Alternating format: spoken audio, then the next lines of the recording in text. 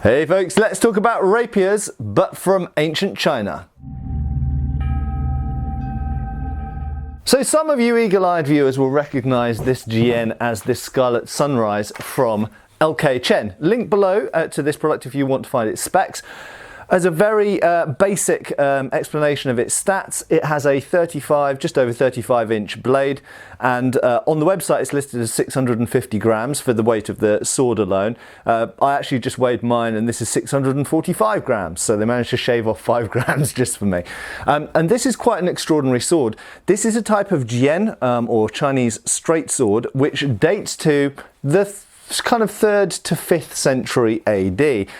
So it's based on a few extant, that is surviving examples archaeologically, where fittings and blades have survived to some extent, as well as iconography as well as artwork of the time. And this is a type of sword that would have been carried in the 300s and 400s AD by European reckoning. So really this is contemporary with late Roman stuff, and you could say early migration era as well. So the period when the peoples that we know today as people like the Longobards and the Franks and the Anglo-Saxons were just starting to stir and move into the Roman Empire. So this is really quite an old design of sword, and yet you'll notice the blade is extremely slender. And in fact, anyone who knows much about swords at all will notice the immediate similarity between the Scarlet Sunrise JIAN and a rapier of the 16th, 17th century. It is a little bit shorter than most European rapiers, although not all. I think there's a perception, particularly in HEMA communities, that rapiers all have to be super long. In fact, if you actually look at rapiers in museums, websites like the Wallace Collection website, but there are plenty of others, actually give the statistics for rapiers, and you can see that actually a 35-inch blade, not particularly unusual on a rapier of the 16th century. It varied in different places, and at different times, different types of blades were found on different types of rapiers. And we always come back to this problematic question of, what is a rapier? And you know, some people who practice rapier get their knickers in a twist over the things that people like me say on YouTube about rapiers being able to cut or not cut, or cut well or not cut well. And the fact is, people have demonstrated, obviously, yes, most types of rapiers can cut. As you would expect, this JIAN can cut, but nevertheless, we shouldn't expect that pulling out another sword here, we shouldn't expect that on most targets, a rapier with a blade like that will cut as well as a saber with a blade like that. The simple fact is that swords like this exist for a reason. If rapiers were the best swords at cutting and thrusting, then we wouldn't have swords which were more dedicated towards cutting. And obviously there's cutting of different targets. There's you're talking about cutting of a tatami mat, you're talking about cutting bare flesh, skin and flesh. Are you talking about cutting through bone? Are you talking about cutting into armour or gambesons, against polearm shafts, this kind of thing as well? And also remember that blades are to be used, at least in the Renaissance, for defence as well as offence. And there are certain advantages to beefier blades.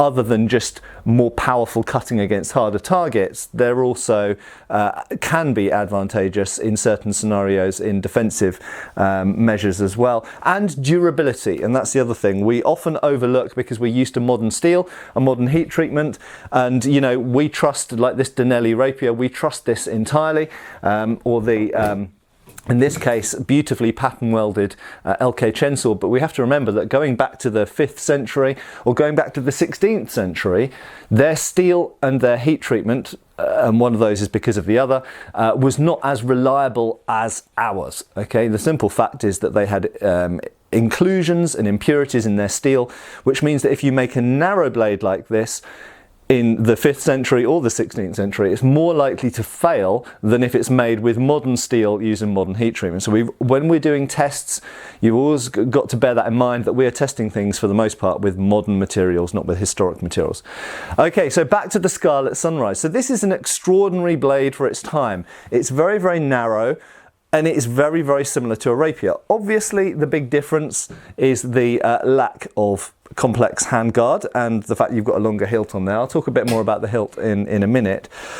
But this, in some ways, it seems, did occupy a similar place in society to the rapier, to what the rapier sometimes occupied, and that is, this seems to have been, by this point, predominantly a courtier's or civilian, upper class civilian sword. Okay, so this is a weapon potentially of status, showing off, you know, how cool your sword is and how rich you are.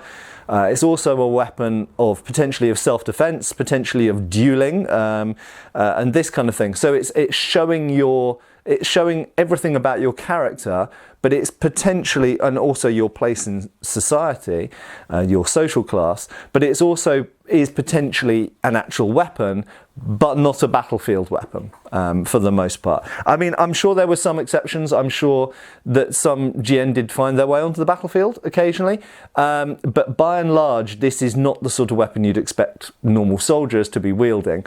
This is very much a civilian weapon, akin to how rapiers are often perceived. But as I have mentioned in many videos, rapiers came in many, many different forms, and we always have this, what is a rapier? The rapier is a very loose term. It can be a big, beefy military sword, or it can be a really narrow, kind of more dueling, specialised sword, going into small swords. So rapier is a very kind of wide, broad term that leads to lots of arguments and debates and misunderstanding. But fundamentally, types of rapier did find their way onto the battlefield. Frankly, small swords found their way onto the battlefield, and maybe in some ways that's a better comparison for this, because the small sword, I think most people would agree, yes, there's the kolishmad, and there's different types of small sword, and of course there's the spadroon, which I haven't spoken about for a while actually on this channel. But yes, indeed, small swords by and large were developed as a specialised duelling weapon and a representation of a gentleman's social class and status. But they nevertheless found their way onto the battlefield because, of course, officers were also gentlemen. And there's a similar situation, again, coming back to the JIAN here, there's a similar situation in China.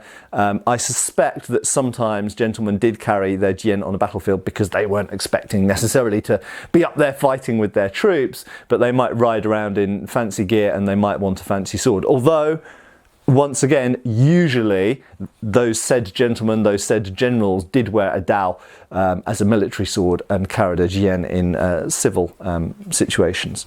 So back to this specific sword. Now this is, as you can see, a long, thin, narrow blade. Moving it around in the air, it's quite stiff. Quite surprisingly stiff, and it does have good distal taper, okay? And that's one of the things that LK Chen get absolutely spot on. LK really understands distal taper, and I have to say a lot of sword makers, unfortunately, in the world just don't understand distal taper, and there are a lot of budget swords out there that seem good value for money, but they have no distal taper when they should have. And I've done, if you're interested in learning more about distal taper, and my views on it, then search for it in my videos. I've spoken about it at length in the past.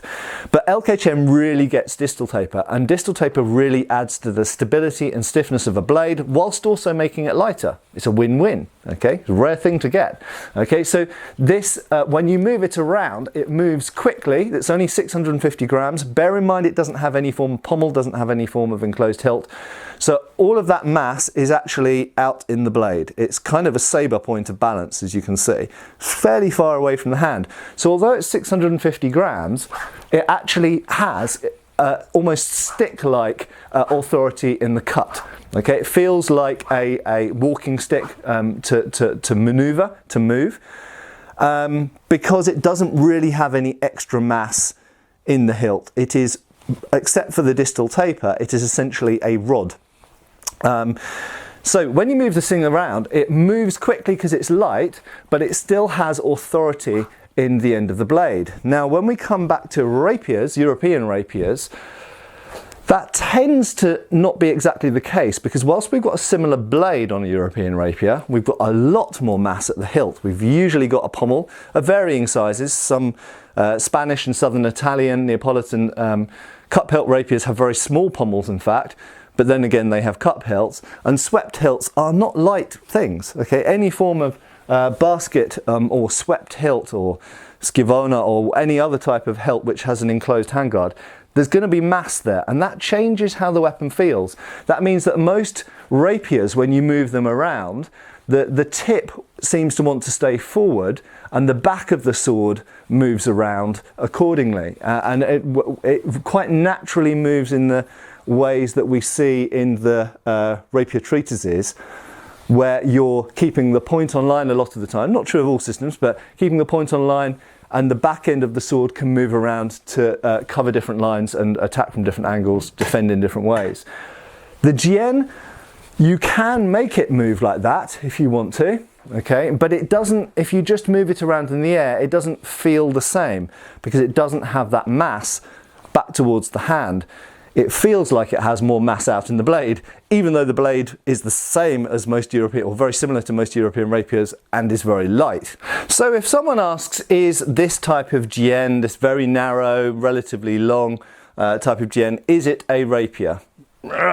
What is a rapier? So you can't really answer that question. It is a JIAN. Okay, let's call it what it is. Let's call it what it would be in China. It's a type of JIAN from 1500 years ago. Okay, that is what it is, and that's not the same thing as what a rapier would mean to someone in Europe. Certainly not in the 5th century, but if we fast forward to the 17th century, if you brought this sword to Europe and you asked someone, say in England in the 17th century, Joseph Swettenham, for example, who said, Joseph, what would you call this? And he'd go, where's the hilt? He'd look at it and he would probably say it's a type of rapier, but it's a rapier with no hilt. There is a type of sword which is not dissimilar from this, actually, from the 17th, 18th century, known as a pillow sword.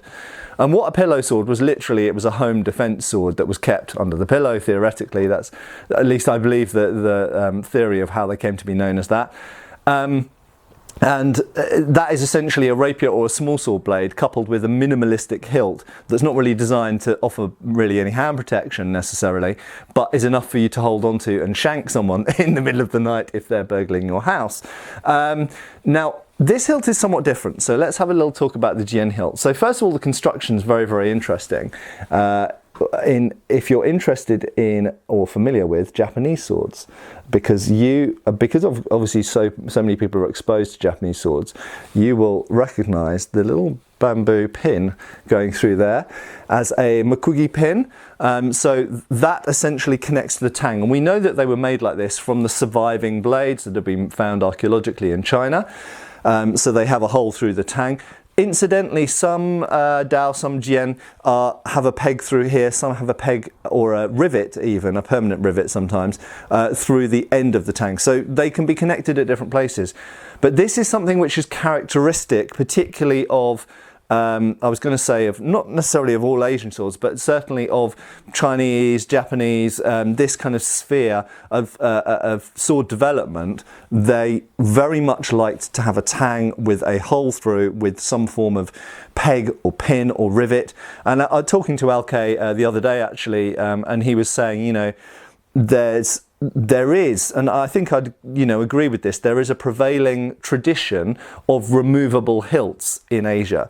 And you could even extrapolate that. So obviously I actually have more of a knowledge base in Indian swords. And whilst Indian swords are often constructed entirely differently to, say, Chinese swords, even in India it was quite common to remove hilts and change hilts with fashion. Not to say that that wasn't done in Europe, and in fact we do know that blades were sometimes had several hilts in their lifetime, but the method of attachment for a European sword seems more permanent than the Asian method. As for which is better, I don't think either is better. They're just different ways of achieving the same goal. But anyway, yes, there we go. That's all there is to say about that for now. In terms of the fittings, they are cast, I think they're brass on this rather than bronze. So LK Chen uses brass and bronze. And this is, so it's noted on, you'll see on the website, I'll just show the scabbard for a second. The fittings are golden coloured, and the wood is a reddish coloured, and this gives it its name, the Scarlet Sunrise. I'll talk about the scabbard as well a bit more in a minute. The scabbard's very nicely made, actually. So this kind of red and gold, you know, artistic, you've got to remember that these are status symbols as well as potentially as weapons, and possibly at some points they were more status symbols and more important for what they showed about you than necessarily how effective they were as weapons. In terms of the guard, it's actually not got an inconsiderable guard. It does have a guard, and you'll notice it has some bird decoration, I think, on there. Yes, some sort of bird. That would offer a bit of protection, but you've got to bear in mind that the way of using these swords is very different to how we see European swords which have large handguards. So you know, you wouldn't want to be doing destrezza with a sword that has got this minimal handguard on it. It would be silly. So the positions of using this are probably more akin to, in a European context, what we see with medieval arming swords, for example, or langmesser or dussak, where the hand is often held back and denied, and the hand only comes out to do actions and then comes back again. Okay, so the sword would come out to act, and then it would come back safe, keep the sword arm and sword hand safe a lot of the time. That's conjecture, but it's partly based also on artwork and some traces of later treatises that we see, and of course surviving traditions of Chinese martial arts as well. So that's, I'm not going to go into that because I'm not at all an expert on that. Look at someone like Scott Riddell's channel or something like that for this kind of stuff, or Sword Sage. But generally speaking, that's the case. You're not going to be holding it like a saber, and you're not going to be holding it like a rapier, because you don't have that hand protection in there to enable you to do that. It handles great. It feels really, really nice. It's obviously double-edged, so it can cut with both edges, okay, both ways. So anywhere it goes in one direction, it can come back in the other direction with the other edge immediately. So it's a very versatile blade. It is primarily a thrusting blade, I think. Now, one of the things that I've been misquoted on, as I come back, and I made this point a little bit earlier as well, is about rapiers and cutting. And the fact is that rapiers can cut, of course. Anything with a sharp edge can cut. But narrower blades are less able to deal with tougher targets, okay, and they're less able to inflict damage through certain types of clothing, certain types of, obviously, armour, and they're less likely to cut through bone, for example. Now, so that comes down to, how do I test this sword, okay? Now, one of the things that I have got into the habit of doing on my channel is I cut some water bottles, I might cut something else, and then I maybe cut some wood, some fresh green wood. And I like doing that, and that's great. But is there any point in doing this? So what I'm going to do is, rather than the usual demonstration, as it were, I'm going to throw this open to you guys. What would you like to see me do with this sword? I mean, I'll happily test thrust with it. I can thrust stuff with it. What would you like me to see me hit? In terms of the stiffness of the blade, it is fairly flexible. It flexes in the second half of the blade due to the distal taper, as it should do. It's sharp, that's why I'm being fairly gingerly handling it. It will cut stuff. It will certainly cut water bottles without any problem at all, I would think. But in terms of wood, I don't think there's a lot of point me trying to cut wood with it, because it's not going to go, it would go through very thin branches, no problem. But it's not going to cut like a beefier sword will, just as the same as most rapiers wouldn't either. So there's no point doing that. So how would you like me to test it? Right, to finish off, I'm going to talk about the fitting and the quality and everything else. The blade is pattern welded. You can see the types. It's 1065 mixed with some type of tungsten steel, I believe. So very interesting pattern welded composition. And you won't be able to see on camera, but it's got a very subtle, very classy and very pretty pattern inside the steel. Very, very nice. Beautiful, in fact. There is a mono steel option as well if you don't want the pattern welded. The wood, gorgeous pattern, very, very smooth, beautifully made. The scabbard's obviously made in two halves, put together, hollowed out in the middle. They fit absolutely perfectly. Same for the grip, I would imagine is made in the same way. I just can't see. Yeah, I think it's made in two halves. Maybe it's not actually. No, I think maybe the grip's one solid piece, drilled out maybe, but the scabbard's definitely two halves. And then you've got these brass fittings. I'll show the chape at the end there. Come on camera, focus on the right thing. There we go. And then moving up, you've got these nice securing bands, and these keep the two halves of the scabbard together. I mean, I imagine there's some glue. I imagine there's some glue in there as well. But these metal things keep the metal fittings keep the halves of the scabbard together. Very attractive, and obviously this attaches to the belt for wearing, and yeah, all very pleasing, all very good looking. I expect at some point Matthew Jensen might get hold of one of these and destroy it, so you'll get to see how durable they are. Although, as I say, we tend to test cutting swords or cut and thrust compromise swords. We tend not to test thrusting swords in this way because they've got narrow blades. They're not going to survive as much abuse as a bigger piece of steel will. It's as simple as that. They are not going to cut tree branches as well as a bigger blade will. It's as simple as that. So rapierists, I'm sorry, I agree rapiers can cut, but the simple fact is you can't cut through a branch with a rapier in the same way that you can with a falchion. That's why falchions exist. Not for cutting through branches, but cutting through tougher targets. So it's, yeah, beautifully made. I love it. Now, one final thought on the scabbard. Now, this scabbard is particularly robust. It's one of the more robust scabbards that I've had from LK. And a thought came to me. So unlike a lot of swords which I review on this channel, one-handed swords, this wasn't predominantly intended to be used with a shield because it was carried in civilian life. So this is something that someone carries or wears around, and they wear it in court. It's something that it's the only thing they have. In some cases, as rapiers were. So yeah, rapiers could be paired with bucklers or daggers or cloaks or whatever, even another rapier, but very often rapiers were used solo by themselves, single rapier. And that seems to have been the case with these JIAN as well, that they were often just used by themselves. Now, something struck me. There is definitely a virtue to having a particularly strong scabbard if you don't have any other accompanying weapons, because the scabbard becomes your accompanying weapon. So especially with this type of narrow blade, okay, where the cuts are going to be, you know, they're going to wound you, they're horrible cuts, but they're not super difficult to stop. If you stick something in the way, then it's going to stop the mass of this blade fairly easily because it's only a 500-gram blade. So fairly easy to stop, and suddenly this thing becomes quite a useful stopping and parrying device. Potentially, if something happens to your sword, even a pretty good hitting device as well. It's almost club-like. And these secure metal fittings make it even stronger, and even that end on it is almost hatchet-like. I'm not suggesting that's what it's for. It's almost certainly there as a counterbalance, but it's just interesting to note. That's all really. So absolutely, if I was forced to defend myself with one of these, I'd be predominantly using the point, and my background obviously is in sabre and modern fencing, as well as longsword and other stuff as well. But with this type of sword, I'd absolutely be using the point. Yes, I would be doing harrying cuts to the wrist, down at the knee, at the top of the head.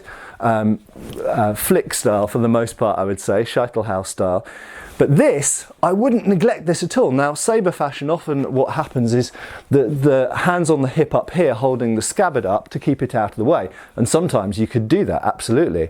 But equally, if I've got someone who's using their point a lot at me, well, why not have this as an additional parrying device? Because it gives you the ability to deal with the opponent's attack, be it a cut, bam, you can parry a cut with either end of this, or to push a stab or a thrust aside with top or bottom at the same time as giving your own attack. Parry thrust, parry thrust.